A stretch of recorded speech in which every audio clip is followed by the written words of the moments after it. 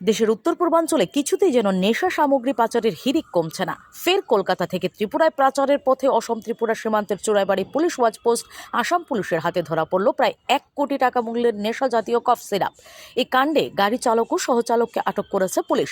এই মর্মে gate in charge Pranab মিলি জানান যে মঙ্গলবার WB472103 নম্বরের একটি বিভিন্ন সামগ্রী বোঝাই 12 চাকার লরি অসম ত্রিপুরা সীমান্তের চোরাইবাড়ি পুলিশ ওয়াচপোস্টের সামনে থাকা চেক গেটে পৌঁছলে গাড়িটিতে যথারীতি তল্লাশি করে কর্তব্যরত পুলিশ।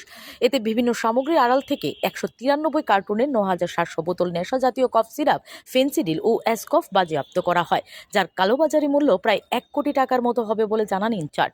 এই কাণ্ডে জড়িত থাকার দায়ে আটক করা হয়েছে গাড়ি চালক সঞ্জয় রায়, বয়স 45 বছর, পিতা মৃত সুবোধ রায়, বাড়ি পশ্চিমবঙ্গের কোতোয়ালি থানার অধীন কৃষ্ণনগর এলাকার সাথে আটক করা সহচালক সদানন্দ রায়, বয়স 35, পিতা শৈলেন রায়, বাড়ি পশ্চিমবঙ্গের কোতোয়ালি থানার অধীন শ্যামপুর এলাকায়।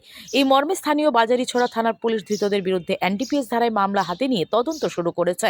বুধবার ধৃতদের জেলা আদালতে সোপর্দ করা হবে। অসম পুলিশের এহেন ঘন ঘন নেশা বিরোধী অভিযানে সন্তোষ প্রকাশ করেছেন এলাকার সচেতন মহল।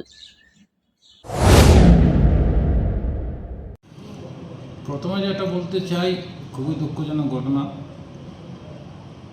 একটা মাইনর গার্ল উপর এই ধরনের পাশবিক অত্যাচার।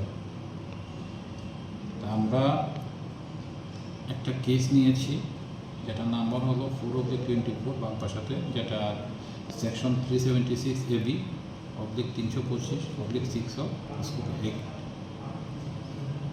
মামলাটার গুরুত্ব অনুধাবন করে এটা ধর্মনগরের যে ওমেন PS আছে, ওমেন PS-এ একজন স্পেশালিস্ট এইসব মামলাতে একজন আইকে দায়িত্ব দেওয়া হয়েছে।